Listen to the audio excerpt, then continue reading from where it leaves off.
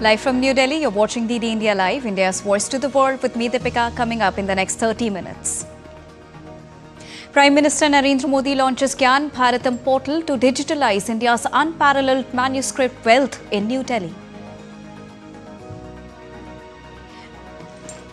C.P. Radhakrishnan takes oath as the 15th Vice President of India. The swearing-in follows the resignation of Jagdeep Thankar in the month of July this year. NATO strengthens defences over Russian drones in Poland. Warsaw rejects Trump claim that Russian drone incursions could have been a mistake. And NATO on high alert as Russia and Belarus starts military drill on Polish border. Moscow downplays concerns, says exercise not aimed against anyone.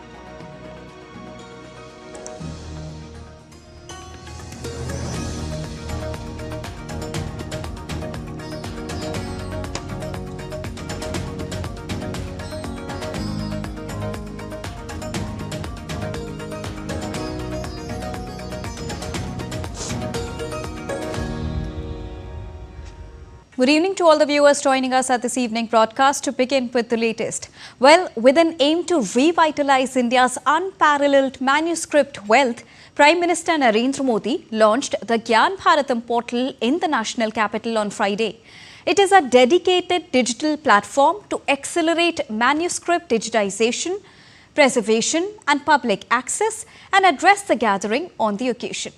Well, Prime Minister Narendra Modi also participated in the international conference on Gyan Bharatam.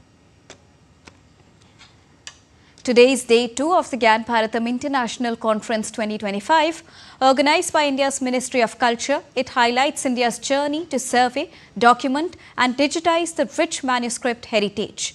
Prime Minister went around the exhibits displayed and had a first-hand experience of the rich manuscript history on display as part of the international conference.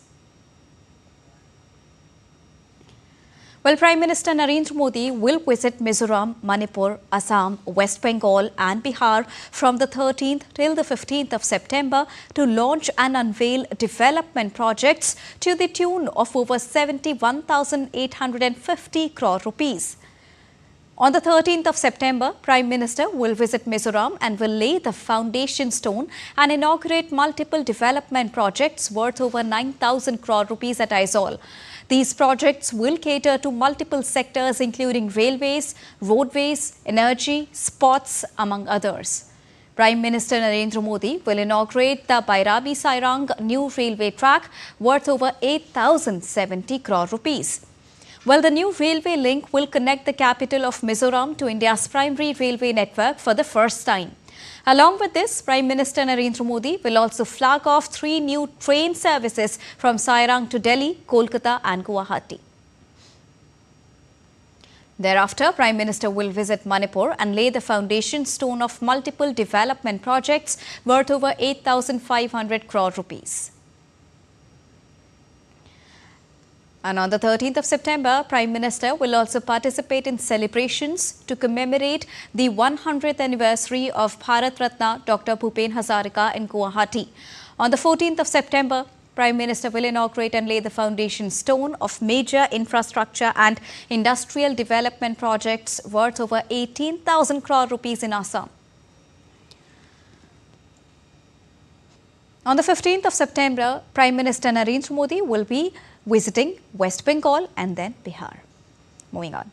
On Prime Minister Narendra Modi is inaugurating the Bairabi-Sairang new rail line in Mizoram, Railway Minister Ashwini Vaishnaw said that with this rail line, Mizoram will be connected to the National Railway Network, a long-awaited dream of the people that is set to become a reality. कल माननीय प्रधानमंत्री जी inaugurate करेंगे बायरबी सारंग को project को, उसके बाद में Mizoram railway के नेटवर्क के साथ जुड़ जाएगा।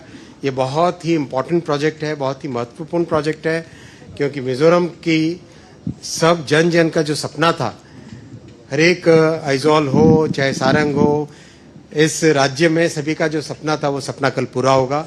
3 ट्रेन्स को इनॉग्रेट करेंगे, एक तो राजधानी एक्सप्रेस दिल्ली के लिए, दूसरा कोलकाता के लिए ट्राई वीकली एक्सप्रेस और तीसरा गुवाहाटी के लिए daily Mizoram express. India's Vice President-elect C.P. Radhakrishnan took oath as the 15th Vice President of India at Rashtrapati Bhavan in New Delhi on Friday. President Draupadi Murmu administered the oath of office to C.P. Radhakrishnan. The swearing-in ceremony was attended by senior leaders across the party lines. On Wednesday, the Election Commission certified the election, declaring C.P. Radhakrishnan as the 15th Vice President of the nation. After the ceremony, Radhakrishnan paid floral tribute to Mahatma Gandhi at Rajghat.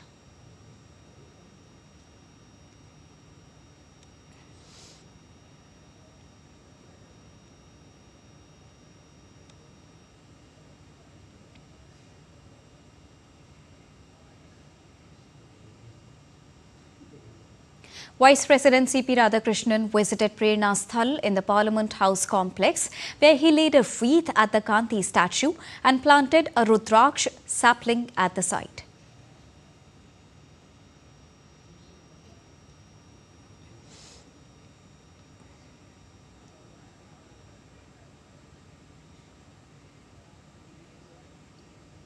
C.P. Radhakrishnan took charge as the 15th Vice President of India.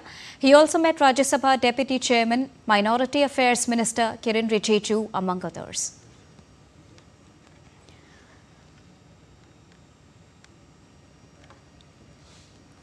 Mauritian Prime Minister Dr. Naveen Chandra Ramgoolam visited the spiritual city of India, Varanasi, on the third day of his visit.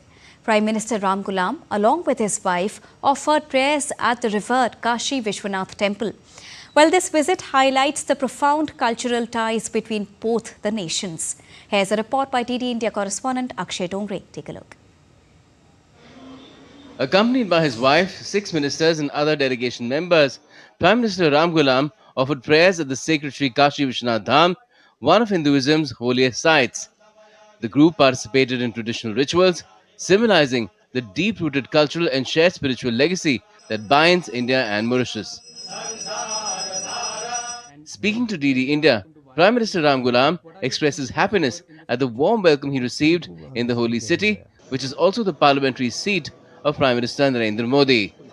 Welcome to India, welcome to Varanasi. Thank you. What are your sentiments here in the spiritual capital of India? I was very touched when I landed at Varanasi. The people were on the street everywhere with flags. They've been waiting there for ages apparently. The welcome, even today, the welcome is tremendous. I've never seen this before. In a notable gesture for economic cooperation, the Mauritian Prime Minister made a payment using India's RuPay card at the temple. This move promotes digital financial ties, showcasing how everyday diplomacy strengthens Indo-Mauritius relations.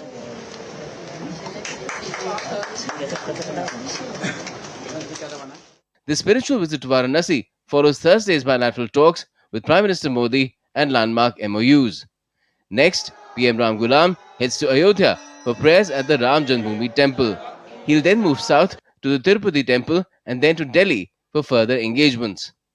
From prayers to partnerships, PM Ramgoolam's India trip weaves culture and cooperation, and as he moves forward with his visit, these ties grow stronger than ever. With Akshay Dongre in Varanasi, Bureau Report, DD India. The Mauritian Prime Minister also offered his prayers at the Ram Temple in Ayodhya city of Uttar Pradesh on Friday. Prime Minister Ramgoolam was welcomed by Chief Minister Yogi Adityanath and his delegation upon arrival at Maharshi Valmiki International Airport. The Mauritian Prime Minister and his wife performed puja at the temple with chants of Vedic mantras echoing all around. The Prime Minister was also given a tour of the Ram Temple complex. Mauritian Prime Minister's visit highlights strong cultural ties between both the nations.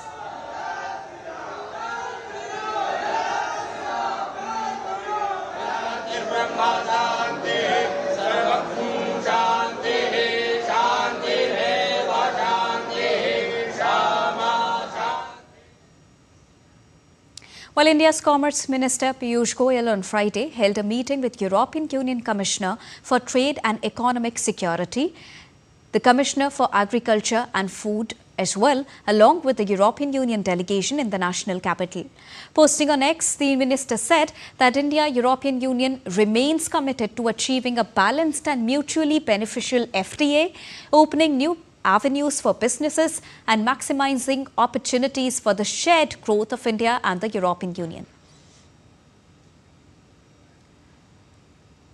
US envoy designate to India Sergio Gore has said that Washington and New Delhi are on the track to resolve hiccups in their relationship. While speaking at his Senate confirmation hearing on Thursday, he underlined that India is a strategic partner whose trajectory will shape the region and beyond.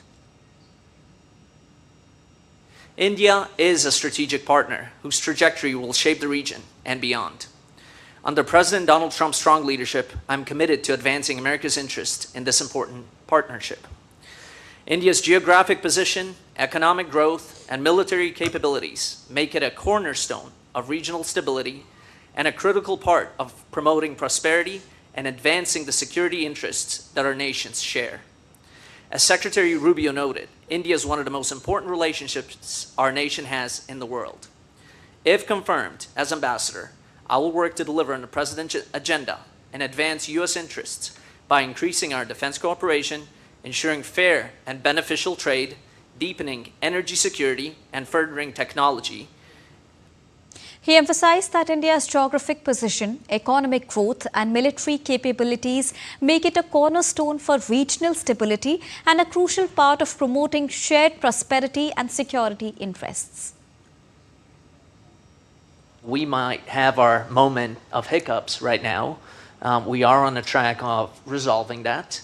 Our relationship with the Indian government, with the people of India, extends many more decades. And it's a much warmer relationship. Now, US Secretary of State Marco Rubio too stressed that India is one of the top relationships with the US it has in the world today. Supporting Sergio Gore at his confirmation hearing, Rubio said Washington is in a period of extraordinary transition in that relationship with New Delhi. Take a listen. India is, I would say, one of the top relationships the United States has in the world today in terms of the future of what the world's going to look like. The 21st century, the story is going to be written in the Indo-Pacific. In fact, it's so important we've actually changed the name of the combatant command to the Indo-Pacific. India is at the core of that. And we are in a period of extraordinary transition in that relationship with India. We've got some really important issues coming up that we need to work with them on and work through. Well, Bureau of Indian Standards will be hosting the prestigious IEC General Meeting in New Delhi from 15th till the 19th of September. The 89th edition of this global event, themed Fostering a Sustainable World, will see participation from over 2,000 experts and representatives of more than 100 countries. Technical sessions and discussions will focus on smart technologies, green innovations and global standards in the field of electricity, electronics and related sectors. While India, currently holding the vice presidency of IEC, will play a pivotal role in shaping the agenda. Alongside, an exhibition at Bharat Mandapam will showcase cutting-edge innovations by leading industry associations and startups, highlighting pathways for a sustainable future. Nearly 2,000 professionals and domain area experts from more than 100 countries will be participating in the event. There will be meetings of 40 technical committees which deal with several electrotechnical areas. Other than that, we would also be organizing workshops on important areas. We showed the topics like e-mobility, sustainable world, etc. So those workshops also will give opportunity to our experts to understand what's happening at the global level. In a significant step to enhance India's maritime security, the Indian Navy will commission INS Aravali at Gurugram. Defence Ministry in a statement said that INS Aravali, named after the Aravali mountain range, is designed to strengthen the Navy's information and communication infrastructure.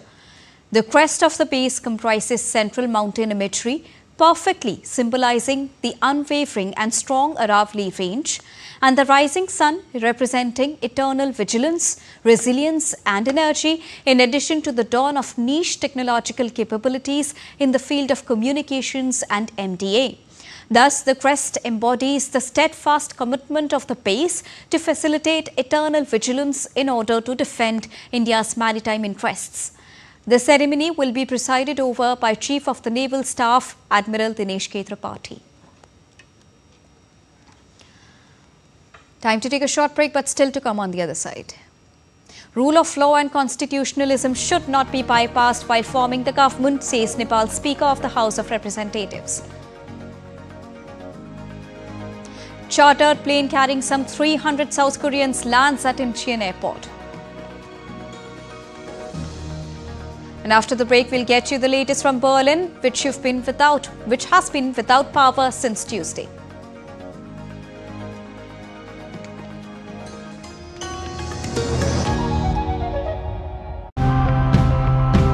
We lock our doors, put up fences, all to protect our house. But what about the home that we all share? Today's episode is to remind us that preservation extends beyond humans. We tell our buyers that the coffee they're buying or they're consuming is contributing or is preserving the habitat for these many species of birds and animals. We are promoting ecotourism only. We call volunteers to work on the field so that they can learn from the village.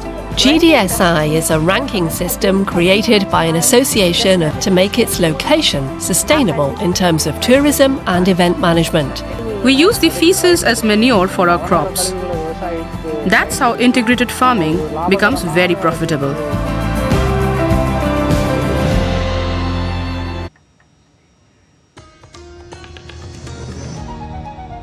Welcome back after that short break. You're watching DD India Live.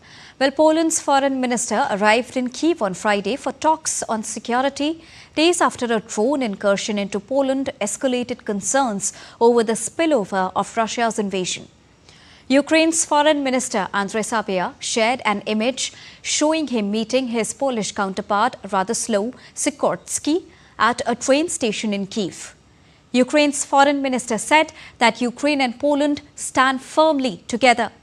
Both the leaders will hold a substantial talk today about the shared security and pressure on Moscow. The visit comes as Russia and its key ally, Belarus, began major joint military drills early on Friday. US President Donald Trump, however, said Russia's drone incursion into Poland could have been a mistake. What's your reaction to Russian drone incursion into Poland? Could have been a mistake. Could have been a mistake. But regardless, I'm not happy about anything having to do with that whole situation. But hopefully it's going to come to an end. Meanwhile, a Polish official said in response that there can be no mistake with such a large-scale attack on Poland. Moving on. The European Union's member states agreed on Friday to extend sanctions on individuals related to Russia's conflict in Ukraine for another 6 months. Over 2,500 entities and individuals have been enlisted by the European Union for the sanctions. The European Commission will present a proposal for 19th package of sanctions against Russia on Wednesday, targeting Russia's shadow tanker fleet and banks, and include further curbs on sales of Russian oil.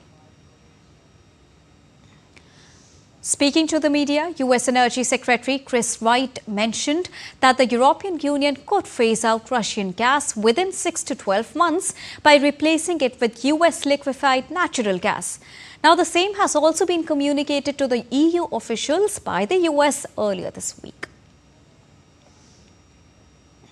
NATO said on Friday it did not see an immediate military threat after Russia and Belarus kicked off major military drills on the alliance's eastern border. The drills have put NATO on an edge days after Poland accused Moscow of escalating tensions by firing attack drones through its airspace. The Zapad exercises come as Russian forces grind across the sprawling front line in Ukraine and escalate aerial attacks on Ukrainian cities. Russia also said it had deployed ships from its northern fleet in the Barents Sea and the northern regions of the Arctic Ocean for the exercises. NATO's eastern flank members that border Russia and Belarus are on high alert over the drills, some of which will be held in Belarus's Grodno region bordering Poland and Lithuania. Now, both European Union countries have ramped up security. Poland closed its border with Belarus overnight until further notice. Moscow has downplayed the concerns, saying these are planned exercises and they are not aimed against anyone. Kremlin spokesperson said that European concerns were based on excessive emotions and hostility towards Russia. The Kremlin said Friday that peace talks between Russia and Ukraine were on pause as US President Donald Trump's efforts to end the 3.5-year conflict falter. Pushing for a deal to end the fighting, Trump has engaged in a flurry of diplomacy, including hosting Russian counterpart Vladimir Putin in Alaska, but Moscow has pressed on with its offensive and aerial barrages. Putin has effectively ruled out a meeting with Ukrainian President Volodymyr Zelensky, who says a summit is vital to break the deadlock. Now, 3 rounds of direct peace talks between Russia and Ukraine in Istanbul have failed to yield anything more than large-scale prisoner exchanges. Nepal's Speaker of the House of Representatives, Devraj Kimire, and National Assembly Chairperson Narayan Prasad Dahel have said the rule of law and constitutionalism should not be bypassed while forming the government. Issuing a joint press release today, they appealed to all to be committed for more progress, prosperous and strong democracy, addressing the demands of the agitating side. They shared that President Ramchandra Paudel has been making efforts to give an outlet to the country through constitutional process by keeping sovereignty, independence, geographical integrity, national unity at supreme. According to Nepal's Ministry of Health and Population, at least 36 people lost their lives in different incidents that occurred in the course of the Gen Z protest. Secretary at the ministry, Dr. Vikas Devkota, said that 36 people have died so far as per the details received from different hospitals across the country. Now, total 284 people are undergoing treatment at 52 different hospitals across the country, and overall 1,771 injured were treated. The injured are receiving free treatment in the hospitals.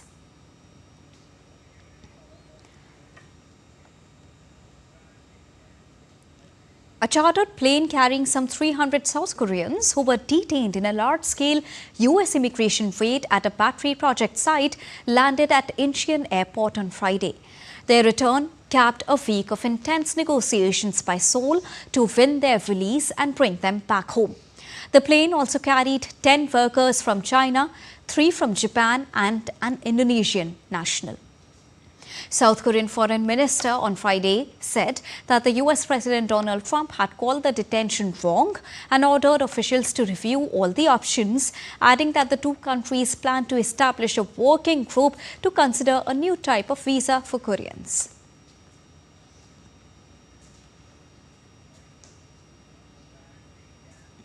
Well, days or even weeks without electricity can be common in some parts of the world, but that's not normally the case in Europe. However, parts of Berlin have been without power since Tuesday. Lars Holter is with Deutsche Welle and joined me from Berlin. Good evening, Lars. What can you tell us about the situation there?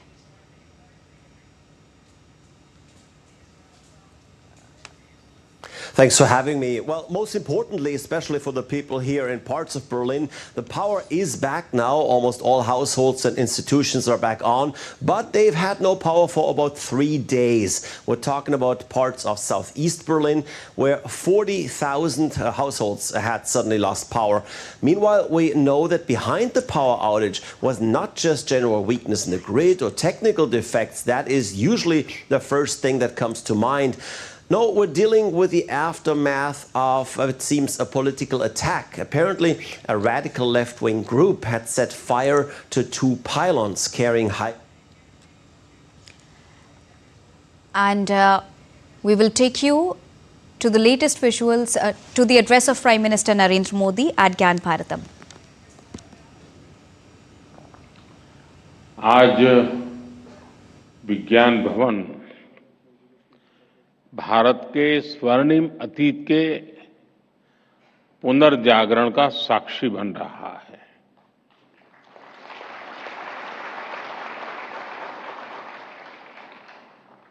कुछ ही दिन पहले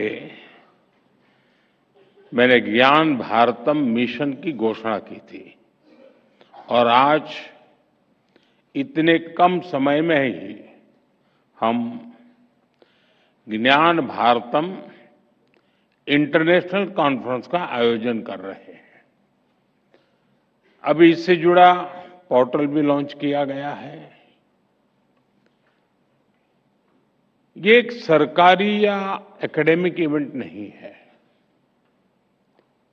ज्ञान Bharatam mission Bharat के संस्कृति, साहित्य और चेतना का उद्घोष बनने जा रहा है। हजारों पीढ़ियों का चिंतन मनन,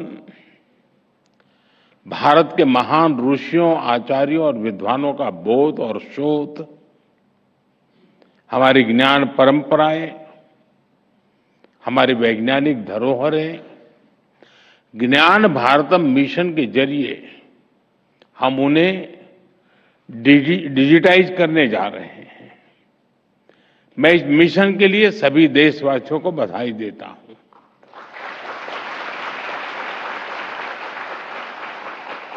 मैं ज्ञान भारतम की पूरी टीम को और संस्कृति मंत्रालय को भी शुभकामनाएं देता हूं। साथियों, जब हम किसी मैन्युस्क्रिप्ट को देखते हैं तो वो अनुभव किसी टाइम ट्रेवल जैसा होता है। मन में विचार भी आता है कि आज और पहले की परिस्थितियों में कितना जमीन आसमां का अंतर था। आज हम कीबोर्ड की मदद से इतना कुछ लिख लेते हैं, डिलीट और करेक्शन का ऑप्शन भी होता है।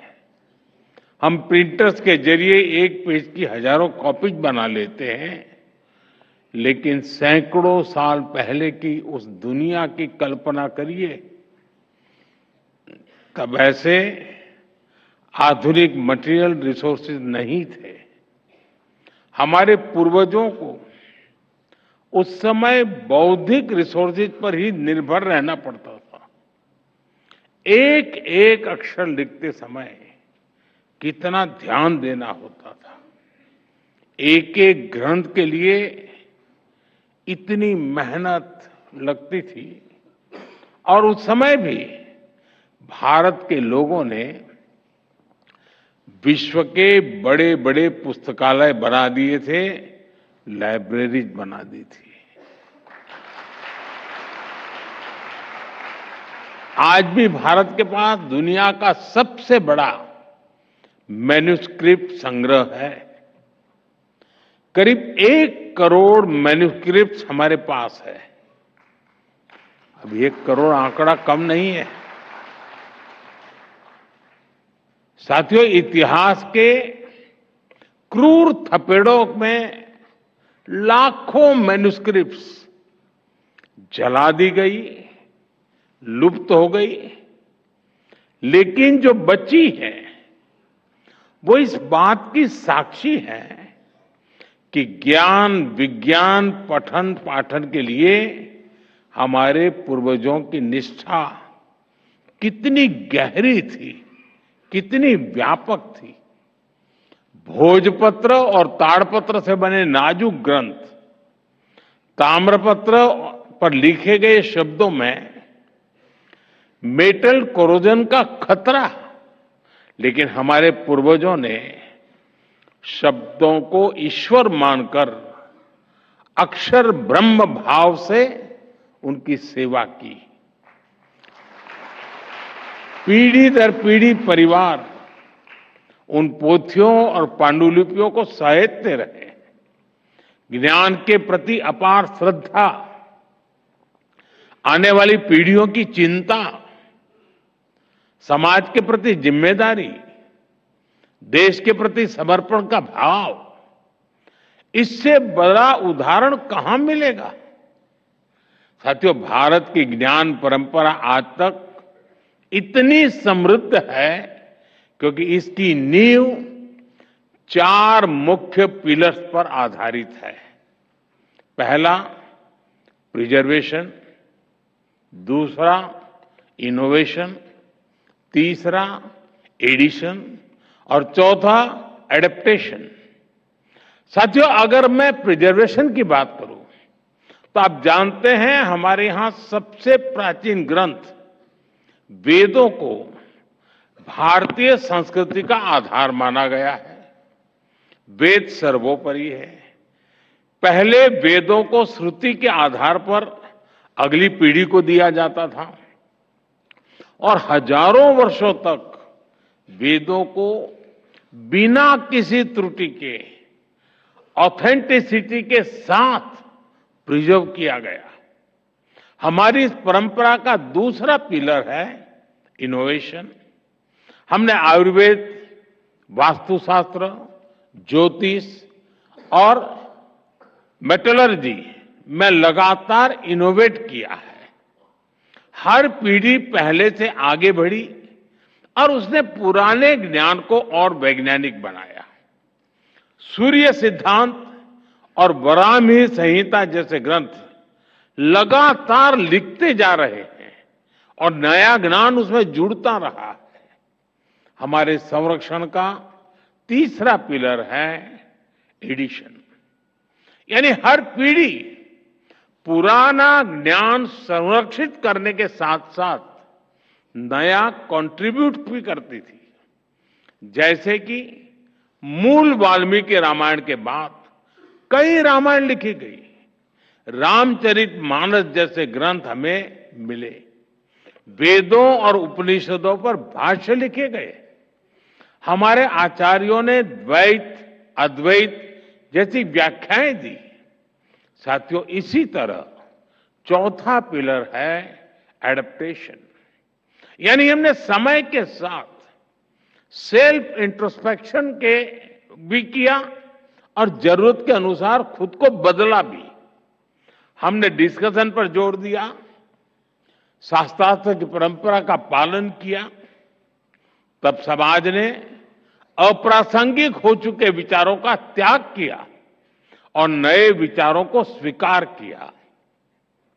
मध्यकाल में जब समाज में कई बुराइयां आई तो ऐसी विभूतियां भी आई जिन्होंने समाज की चेतना को जागृत रखा और विरासत को सहेजा, उसे संरक्षित किया।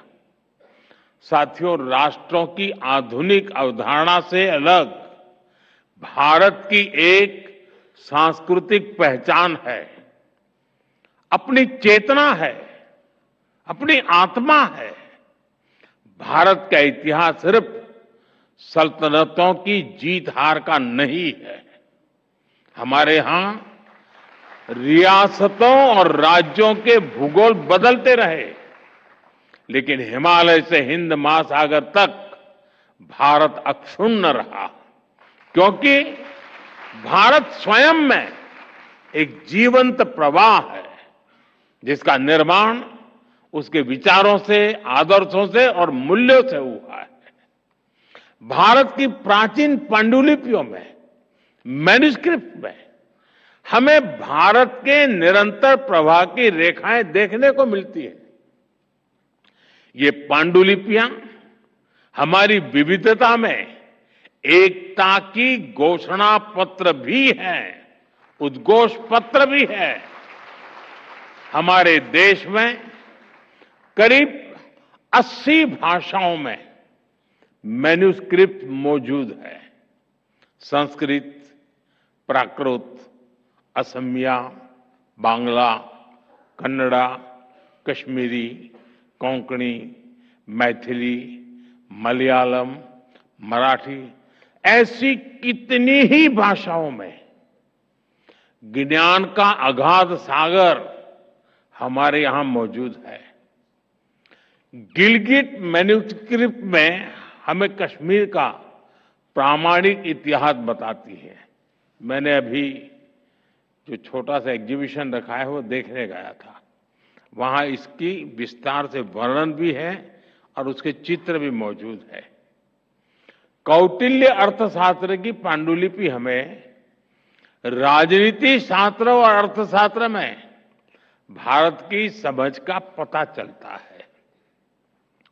आचार्य भद्रबाहु के कल्पसूत्र की पांडुलिपि में जैन धर्म का प्राचीन ज्ञान सुरक्षित है।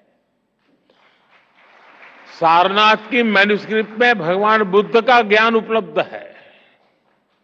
रसमंजरी और गीत गोविंद जैसे मैन्युस्क्रिप्ट ने भक्ति, सौंदर्य और साहित्य के विविध रंगों को संजो कर रखा है। साथियों, भारत की इन मैन्युस्क्रिप्ट में समूची मानवता की विकास यात्रा का फुटप्रिंट्स है।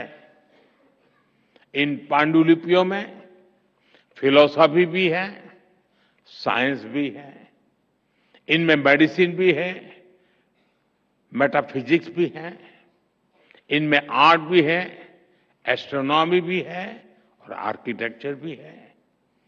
अब कितने ही उदाहरण लीजिए, मैथमेटिक्स से लेकर के बाइनरी बेस्ड कंप्यूटर साइंस तक पूरी आधुनिक साइंस की बुनियाद जीरो पर टिकी है।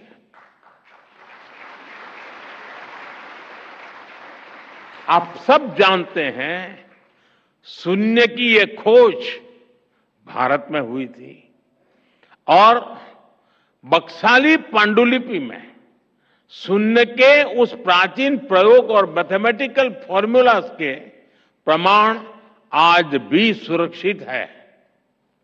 यशोमित्र की बोवर पांडुलिपि हमें सदियों पुराने मेडिकल साइंस के बारे में बताती है। चरक संहिता और सुश्रुत संहिता जैसे ग्रंथों की पांडुलिपियों ने आयुर्वेद के ज्ञान को आज तक सुरक्षित रखा है। शुल्ब सूत्र में हमें प्राचीन जियोमेट्रिकल नॉलेज मिलती है। कृषि पराशर में एग्रीकल्चर के ट्रेडिशनल नॉलेज की जानकारी मिलती है। नाट्य शास्त्र जैसे ग्रंथों की मैन्युस्क्रिप्ट से हमें मानव के भावनात्मक विकास की यात्रा को समझने में मदद मिलती है। साथियों, हर देश अपनी ऐतिहासिक चीजों को सिविलाइजेशनल एसेट्स और ग्रेटनेस के तौर पर विश्व के सामने पेश करता है। दुनिया के देशों के पास कहीं कोई मैन्युस्क्रिप्ट, कोई आर्टिफैक्ट होता है तो वो उसे नेशनल ट्रेजर के रूप में सहेजते हैं। और भारत के पास तो मैन्युस्क्रिप्ट का इतना बड़ा खजाना है, ये देश का गौरव है। अभी कुछ समय पहले मैं कुवैत गया था, तो मेरे प्रवास के दरमियान मेरी कोशिश रहती है कि वहाँ कोई 4-6 इन्फ्लुएंसर्स हो और मेरे पास समय हो तो कुछ समय मैं उनसे बिताता हूँ, उनकी सोच समझने का प्रयास करता हूँ। मुझे कुवैत में एक सज्जन मिले जिनके पास सदियों पहले भारत से समुद्री मार्ग से व्यापार कैसे होता था, उस पर इतने डॉक्यूमेंट्स उनके पास है और उन्होंने इतना संग्रह किया है और वो इतने गौरव, यानी बड़े गौरव के साथ कुछ लेकर के मेरे पास आए थे। मैंने देखा, यानी ऐसा क्या क्या होगा, कहां कहां होगा, हमने इन सबको संजोना है।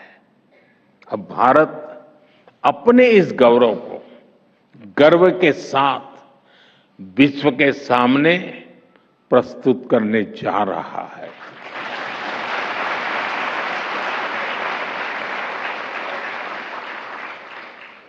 अब यहां कहा गया है कि दुनिया में जितनी मैन्युस्क्रिप्ट्स है हमने खोज करके लाना चाहिए।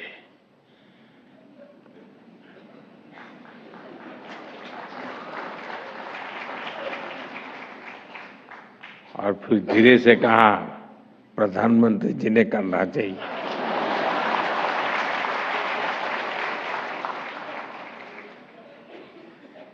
लेकिन आपको पता है कि हमारे से यहाँ चोरी की जो मूर्तियां हैं पहले बहुत कम मात्रा में आई थी, आज सैकड़ों की संख्या में पुरानी मूर्तियां वापस आ रही। वापिस इसलिए नहीं आ रही कि वो मेरा सीना देख करके तय करते दे दो यार, ऐसा नहीं है। उनको भरोसा है कि ऐसे हाथ में सुपुर्द करेंगे तो उसका गौरव बढ़ाने का पूरा प्रयास होगा। आज विश्व में भारत ने विश्वास पैदा किया है, लोगों को लगता है यह सही जगह है। जब मैं मंगोलिया गया, वहां बौद्ध भिक्षुओं से मैं संवाद कर रहा था, तो मैंने देखा उनके पास काफी मैन्युस्क्रिप्ट थी। तो मैं उनको रिक्वेस्ट किया कि मैं इसके लिए कुछ काम कर सकता हूं। उन सारी मैन्युस्क्रिप्ट को लाए, उसको डिजिटलाइज किया और उनको फिर वापस दिया। अब ये उनका खजाना बन गया है। साथियों, ज्ञान भारतम मिश्रम इस महाअभियान का ही एक अहम हिस्सा है। देश की कितनी ही संस्था हैं इस प्रयास में जन भागीदारी की भावना से सरकार के साथ काम कर रही हैं। काशी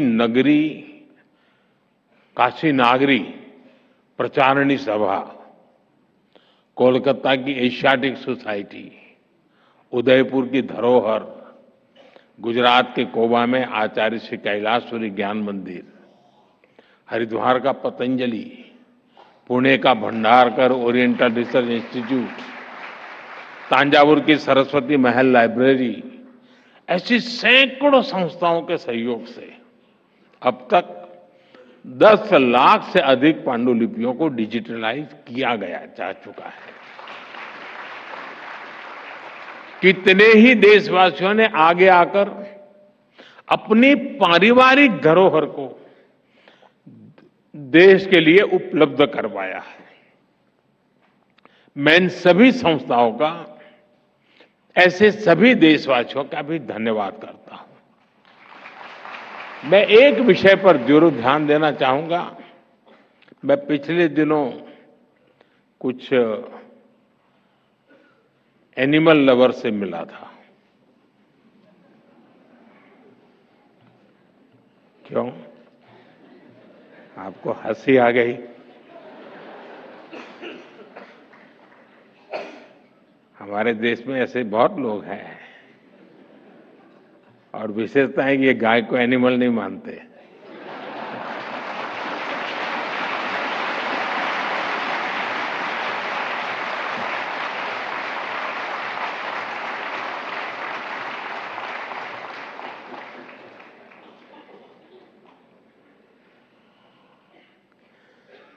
तो उनसे बातों बातों में मैंने उनसे कहा कि हमारे देश में पशुओं की चिकित्सा को लेकर के बहुत कुछ शास्त्रों में पड़ा हुआ है। बहुत सारे मैन्युस्क्रिप्ट संभव है। जब मैं गुजरात में था, गुजरात के एशियाटिक लायन, तो मेरी एक रुचि थी, तो मैं काफी उसमें रुचि लेता था। तो ऐसी बातें ढूंढता था कि अगर ज्यादा शिकार कर लिया और अगर तकलीफ होती है तो उनको पता होता था कि वो एक पेड़ होता है, उसके फल खाने चाहिए ताकि वॉमिटिंग हो सकता है। ये पशु को मालूम था। इसका मतलब जहां पर लायन की बस्तियां हैं वहां उस प्रकार के फलों के झाड़ होना जरूरी होता है। अब ये हमारे शास्त्रों में लिखा हुआ है। हमारे कई मैन्युस्क्रिप्ट्स हैं जिसमें इन सारी बातों को लिखा गया है।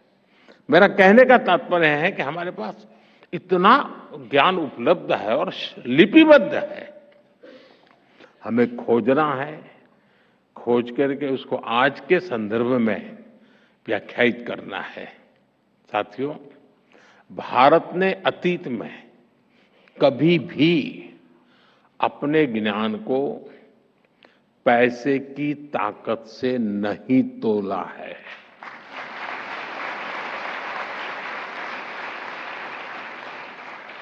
हमारे ऋषियों ने भी कहा है, विद्या दान मतः परम, अर्थात विद्या सबसे बड़ा दान है। इसलिए प्राचीन काल में भारत के लोगों ने मुक्त भाव से मैन्युस्क्रिप्ट को दान भी किया।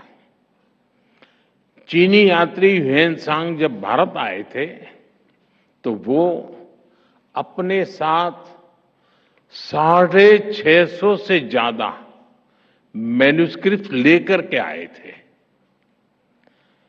नहीं, वो यहां से लेकर के गए थे। और मुझे चीन के राष्ट्रपति ने एक बार बताया कि वो मेरे गांव में सादा समय रहे थे, मैं जहां मेरा जन्म हुआ बड़नगर में। लेकिन जब यहां से चीन वापस गए तो वो राष्ट्रपति शी के जन्म स्थान पर रहते थे। तो वो मुझे वहां ले गए अपने गांव, और वहां जहां ह्वेनसांग रहे थे उस स्थान को मैं देखने के लिए उनके साथ गया। और जो मैन्युस्क्रिप्ट थे उस पूरा विस्तार से मुझे राष्ट्रपति शी ने दिखाया था। और उसमें जो भारत का वर्णन थे उसके कुछ पैराग्राफ थे जिसको इंटरप्रेटर ने मुझे वहां समझाया। यानी मन को बहुत ही प्रभावित करने वाला, वो एक एक चीज देखते थे लग रहा था क्या खजाना होगा हमारे पास। भारत की कई मैन्युस्क्रिप्ट्स आज भी चीन से जापान भी पहुंची है।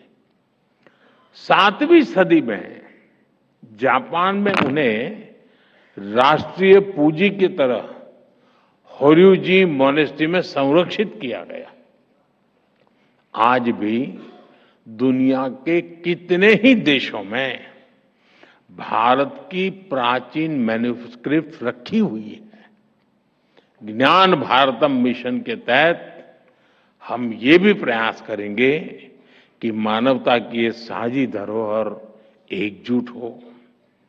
साथियों, हमने G20 के सांस्कृतिक संवाद के दौरान भी इसकी पहल की थी। जिन देशों के भारत के साथ सदियों पुराने सांस्कृतिक संबंध है, हम उन्हें इस अभियान में साथ जोड़ रहे हैं। हमने मंगोलियन कंजूर के रिप्रिंटेड वॉल्यूम्स को मंगोलिया के एम्बेसडर को गिफ्ट किया था। 2022 में 108 वॉल्यूम्स मंगोलिया और रूस की मॉनेस्ट्रीज में भी डिस्ट्रीब्यूट किए गए थे। हमने थाईलैंड और वियतनाम की यूनिवर्सिटीज के साथ एमओयूज किए हैं। हम वहां के स्कॉलर्स को पुरानी मैन्युस्क्रिप्ट को डिजिटाइज करने की ट्रेनिंग दे रहे हैं। इन प्रयासों के चलते पाली, लान्ना और चाम भाषाओं की कई मैन्युस्क्रिप्ट को डिजिटाइज किया गया है। ज्ञान भारतम मिशन के जरिए हम इन प्रयासों को और विस्तार देंगे। साथियों, ज्ञान भारतम मिशन के जरिए एक और बड़ा चैलेंज भी एड्रेस होगा। भारत के ट्रेडिशनल नॉलेज सिस्टम से जुड़ी अनेक जानकारियां जो अहम और जो हम सदियों से इस्तेमाल करते रहे हैं, उन्हें दूसरों द्वारा कॉपी करके पेटेंट करा लिया जाता है। इस पायरेसी को रोकना भी आवश्यक है। डिजिटल मैन्युस्क्रिप्ट के जरिए इन प्रयासों को और गति मिलेगी और इंटेलेक्चुअल पायरेसी पर लगाम लगेगी। दुनिया को भी तमाम विषयों पर प्रामाणिकता के साथ मौलिक स्रोतों का पता चलेगा। साथियों, ज्ञान भारतम मिशन का एक और बहुत अहम पक्ष है। इसके लिए हम रिसर्च और इनोवेशन के कितने ही नए डोमेन खोल रहे हैं। आज दुनिया में करीब $2.5 ट्रिलियन की कल्चरल और क्रिएटिव इंडस्ट्री है। डिजिटाइज मैन्यूस्क्रिप्ट इंडस्ट्री की वैल्यू चेन को फीड करेगी। ये करोड़ों मैन्यूस्क्रिप्ट इनमें छिपी प्राचीन जानकारी एक बहुत बड़ी डेटा बैंक का भी काम करेगी। इनसे डेटा ड्रिवन इनोवेशन को नया बुश मिलेगा। टेक फील्ड में के युवाओं को उनके लिए इसमें नए अवसर बनेंगे। जैसे जैसे मैन्यूस्क्रिप्ट का डिजिटाइजेशन होगा, एकेडमिक रिसर्च के लिए नई संभावनाएं बनेगी। साथियों, हमें इन डिजिटाइज मैन्यूस्क्रिप्ट का अध्ययन करने के लिए नई टेक्नोलॉजी जैसे एआई का उपयोग भी बढ़ाना होगा। मैं इस बात से सहमत हूं जब यहां प्रेजेंटेशन में कहा गया कि भाई टैलेंट को या ह्यूमन रिसोर्स को एआई रिप्लेस नहीं कर सकती है, और हम भी चाहते हैं कि रिप्लेस न करे, हम नई गुलाबी हो जाए, शिकार हो जाएंगे। वो एक सपोर्ट सिस्टम है, हमें मजबूती देती है, हमारी ताकत को बढ़ावा देती है, हमारी गति को बढ़ावा देती है। एआई की मदद से इन प्राचीन पांडुलिपियों को अगर गहराई से समझा जा सकता है और उनका विश्लेषण भी किया जा सकता है। अब देखिए, वैदिक मैथमेटिक्स सारे ग्रंथ अवेलेबल नहीं है, जो है अगर एआई के माध्यम से हम कोशिश करें तो संभव है कि कई नए सूत्रों की संभावना है खोजने की, हम खोज सकते हैं। इन मैन्यूस्क्रिप्ट में मौजूद ज्ञान को दुनिया के सामने कैसा लाया जाए, इसमें भी एआई की मदद ली जा सकती। दूसरी एक समस्या है कि हमारे मैन्यूस्क्रिप्ट बिखरे पड़े हैं और अलग अलग कालखंड में अलग अलग प्रकार से प्रस्तुत किए गए हैं। एआई का फायदा ये होगा कि इन सबको इकट्ठा किया जा सकता है और उसमें से अमृत निचोड़ने में वो एक बहुत ही अच्छा सा हमें यंत्र मिल सकता है कि हम 10 जगह पे चीजें पड़ी होगी, लेकिन एआई से हम इसको एक साथ ला करके देख सकते हैं। हम उसका अर्थ हो सकता है, जैसे प्रारंभ में ही प्रेजेंटेशन में आया कि एक ही प्रकार के शब्दों का कई उपयोग है। हो सकता है कि उनको एक बार चलिए 100 क्वेश्चन बन जाएंगे तो सॉल्व करना, आज लाखों क्वेश्चन में हम उलझे पड़े हैं, 100 तक तो ले आएंगे। हो सकता है फिर हमारा मानव शक्ति जुड़ जाएगी तो उसका परिणाम ले आएगी। लेकिन ऐसी कई कठिनाइयां भी हैं, लेकिन रास्ते भी हैं। साथियों, मैं देश के सभी युवाओं से आह्वान करता हूं, आप आगे आकर इस अभियान से जुड़िए। और मुझे अभी बता रहे थे मंत्री जी की कल से आज तक जो लोग काम इसमें हिस्सा ले रहे हैं, 70% लोग युवा हैं।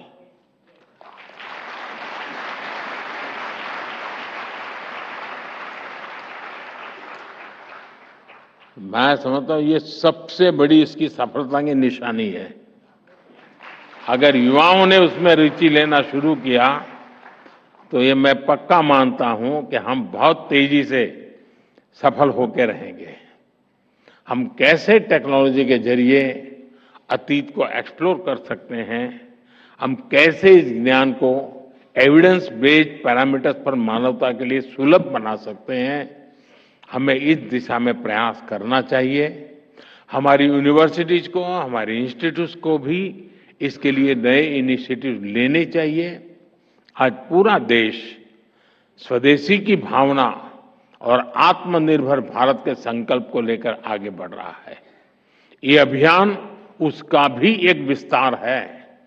हमें अपनी धरोहरों को, अपने सामर्थ्य को, यानी सामर्थ्य का पर्याय बनाना है। मुझे विश्वास है ज्ञान भारतम मिशन से भविष्य के एक नया अध्याय शुरू होना जा रहा है।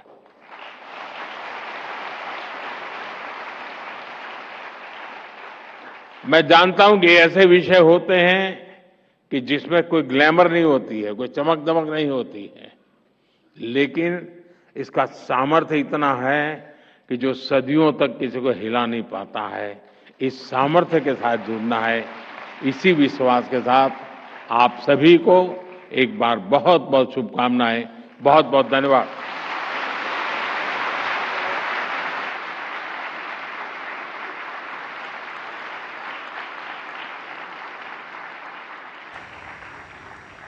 So there you heard Prime Minister Narendra Modi who addressed all the people present at the launch and at the international conference of Gyan Bharatam portal, along with the international conference which is currently witnessing its second day.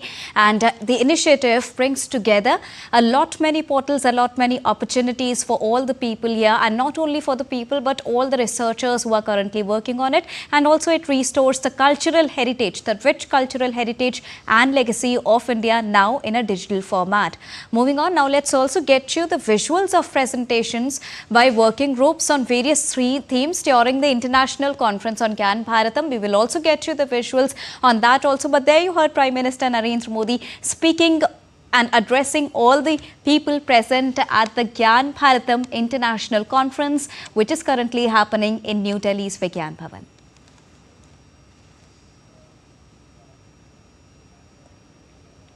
And before that, Prime Minister Narendra Modi also launched the e-portal of Gyan Bharatam, and that e-portal of Gyan Bharatam also makes it even more simpler for all the people who are really interested in this field and for all the rest of the visitors, not only for the people of India but also for the people beyond the boundaries who want to experience the rich cultural heritage of India and want to see that how Gyan Bharatam is an array that offers an opportunity to dive into the rich cultural heritage of India that offered manuscripts that has been dating back into the history, and now this will create history yet for the coming period as well through its digitization era. Prime Minister Narendra Modi has always been focusing on how India should become more digital in order to progress, because we've got two visions. One is to become the third largest economy and the other one to become the developed country by the year 2047. In different floras and faunas, India has been working, in different foras, India has been working to make it a reality. And not only this, through various initiatives, the government has been trying to make it a reality at a very speedy pace, and this has been acknowledged by many world leaders as well. And now when we talk about Gyan Bharati and this portal, the Bharatam portal, this talks very loudly about India's actions in making India digital, with preserving, with celebrating its rich cultural heritage. There you can see the visuals of Prime Minister Narendra Modi when he took a tour of the exhibition at Vigyan Bhavan in New Delhi.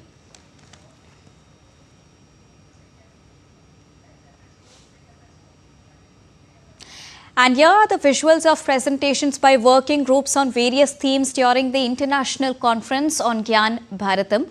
Prime Minister Narendra Modi saw the presentation presented by different working groups there, and they've got different recommendations also on how we can preserve it even further, along with discussing the challenges it involves. It also talks about the manuscripts and restoration and how can we make it a grand success so that it becomes a blueprint not only for the nation but beyond the boundaries, as India has already set a milestone in different categories and in different sectors. Today was a day to discuss about manuscripts, about India's rich cultural heritage and how to make it meet with the digital needs, with the current needs of the world in the current hour. And here, this Gyan Bharatam International Conference 2025 talks about that only. Prime Minister Narendra Modi reviewed the presentations presented by different working groups, where they also talked about the monumental opportunity India holds, and also they also discussed about the signature initiatives as well. So these are the visuals that you can see on your screens right now, where IndiScript was also discussed, and its rich cultural heritage, legacy, and how can we take it forward by preserving it through digital mode. It also talked about the objective of this particular Gyan Bharatam International Conference 2025 organized by the Ministry of Culture in India. They discussed the objectives, the main findings, the readings, the recommendations, the challenges, the capacity building, and how India can make it into a dream, a reality from a dream that Prime Minister Narendra Modi envisioned years ago, as he mentioned in his address at the Gyan Bharatam International Conference. So if you talk about the key features of this international conference, it is currently happening in a hybrid format. And if you talk about the participants also, there are 95 academics, 22 administrators, 179 professionals, 112 research scholars, 230 students and 400 plus cultural representatives who are currently participating at the 2025th edition of Gyan Bharatam International Conference. And if you talk about the speakers, there are 17 national speakers, whereas there are 17 international speakers as well. The pre-conference working group, they presented their different presentations to Prime Minister Narendra Modi as well. There are the visuals as well. And with this, it's a wrap here on DD India Live, but news and updates will continue. Thank you so much for joining us. Namaskar.